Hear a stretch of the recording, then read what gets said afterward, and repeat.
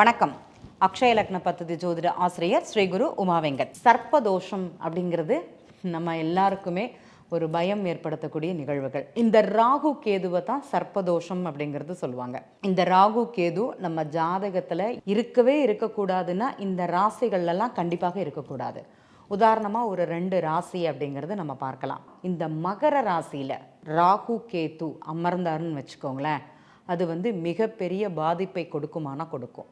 உதாரணமாக மகரத்தில் கேத்து இருக்கிறாருன்னு வச்சுக்கோங்களேன், ஜாதகருக்கு எதாட்டி ஒரு இடத்துல முன்னேற்றத்தையும் கொடுக்கும், அதே மாதிரி ஒரு தொய்வு நிலையும் கொடுக்குமானா கொடுக்கும். இவங்க இந்த பூர்வ புண்ணிய அனுகூலம் அப்படிங்கிறது அங்கே பிரச்சனையை கொடுக்குமானா கொடுக்கும். அந்த சொத்து பத்து, இந்த பூர்வீகம் அப்படிங்கிறது நம்மளுடைய பரம்பரை சார்ந்த நிகழ்வுகள் இந்த ஜாதகருக்கு சரியான ஒரு அமைப்பை, ஒரு பேரும் புகழும் கொடுக்காது. அதை எல்லாத்தையும் இழக்க வைக்கும், இல்லைன்னா இழந்துட்டு தான் ஜாதகரையே பிறக்க வைக்கும். இந்த 2 அமைப்பு இருக்குமானா கண்டிப்பாக இருக்கும். இந்த மகர ராசியில் அமர்ந்த ராகு கேது அந்த வேலையை செய்வாங்களா அப்படின்னா கண்டிப்பாக செய்வாங்கன்னு சொல்லலாம்.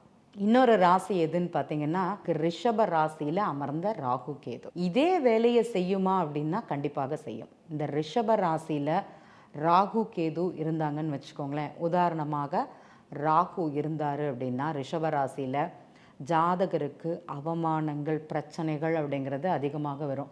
அந்த வருமானம் சார்ந்தது, பேச்சு சார்ந்தது, சிலர் சேர்க்கணும்னு சொல்லிட்டு ரொம்ப பாதுகாப்பாக சேர்த்து யாருக்காட்டி ஒருத்தங்களுக்கு கடனுக்கு கொடுப்பாங்க. அவர் என்ன பண்ணுவார்னா மொத்தமாக தூக்கிட்டு போயிடுவார். சிறுக சேர்த்ததை மொத்தமாக அந்த இன்னொரு வருமானத்திற்காக, இல்லைனா ஒரு நேரத்தில் திருப்பி தர்றேன்னு சொல்லக்கூடிய ஒரு அமைப்பு, அது குடும்பத்து மூலமாக நடக்குமானா குடும்பத்து மூலமாக நடக்கும்.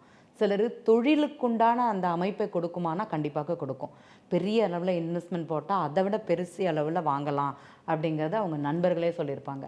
சரி, நண்பர் சொல்கிறானே நம்மளும் செய்வோன்னு இந்த ஜாதகர் செய்தார்னா கண்டிப்பாக அதில் ஏமாற்றம் அப்படிங்கிறது மிகப்பெரிய ஏமாற்றம். ஏன்னா அவர் ஒரு தண்ணி கூட வாங்கி குடிக்க மாட்டார், ஒரு தனியாக ஒரு சாப்பாடு கூட சாப்பிட மாட்டார்.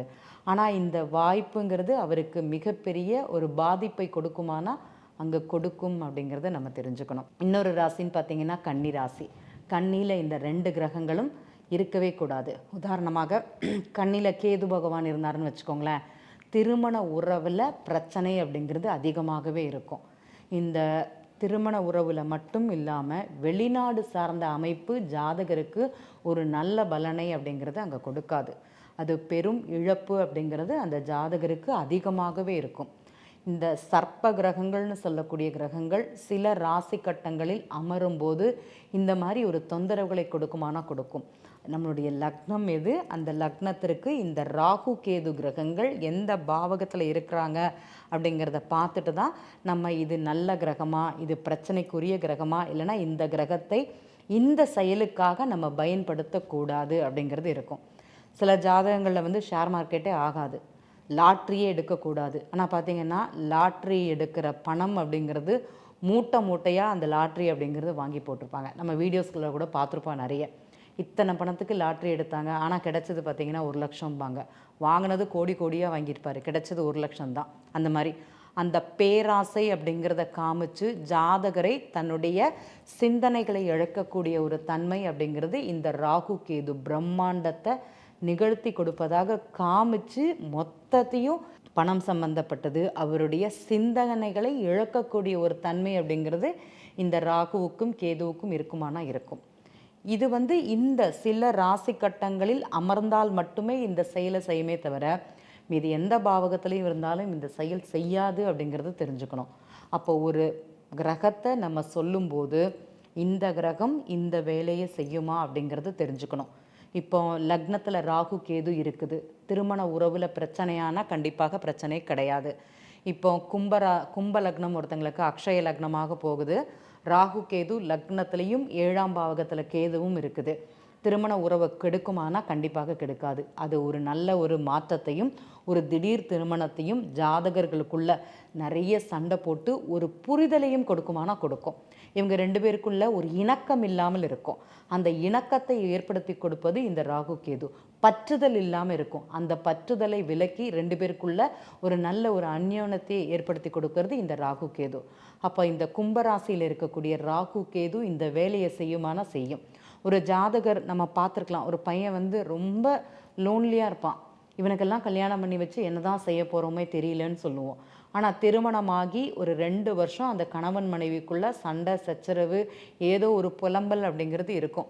ஒரு குழந்தை பிறந்து ஒரு 2 வருஷம் கழிஞ்சவொன்னே பார்த்தீங்கன்னா ஆதர்ஷ தம்பதிகள்னு சொல்லக்கூடிய அளவுக்கு அவங்களுடைய வாழ்க்கை அப்படிங்கிறது இருக்கும். அப்போ கல்யாணம் பண்ணுறதுக்கு அந்த முன்னாடி அந்த பையனுடைய நிலை, திருமணம் ஆன பின் இத்தனை வருடங்கள் கழிந்து அந்த பையனுடைய நிலை, 2க்கும் வித்தியாசம் பார்த்தீங்கன்னா அவ்வளோ அருமையாக பார்க்க முடியும். இது வந்து இந்த கும்பராசியில் இருக்கக்கூடிய ராகுவும் கேதுவும் இந்த செயலை செய்யுமானா செய்யும். இது மிகப்பெரிய பிரம்மாண்டம்னு சொல்லலாம். அப்போ ராகு கேது நம்ம ஜாதகத்தில் எந்த பாவகத்தில் இருக்கிறாங்கன்னு தெரிஞ்சுக்கணும். எங்களுக்கெல்லாம் தெரியாது, நாங்கள் பிறந்துட்டோம், ராகு கேது நாங்கள் பிறந்தபோது இந்த அமைப்பில் இருக்காங்க. இதற்கு ஏதாட்டி பரிகாரம் இருக்குதா, அதை நாங்கள் எப்படி சரி பண்ணுறது, இதை அடுத்த வீடியோவில் பார்க்கலாம் வாங்க. நன்றி. ஜோதிடத்தின் பரிணாம வளர்ச்சி ALP ஜோதிடம். 15 நாட்களில் நீங்களும் ஜோதிடராகலாம்.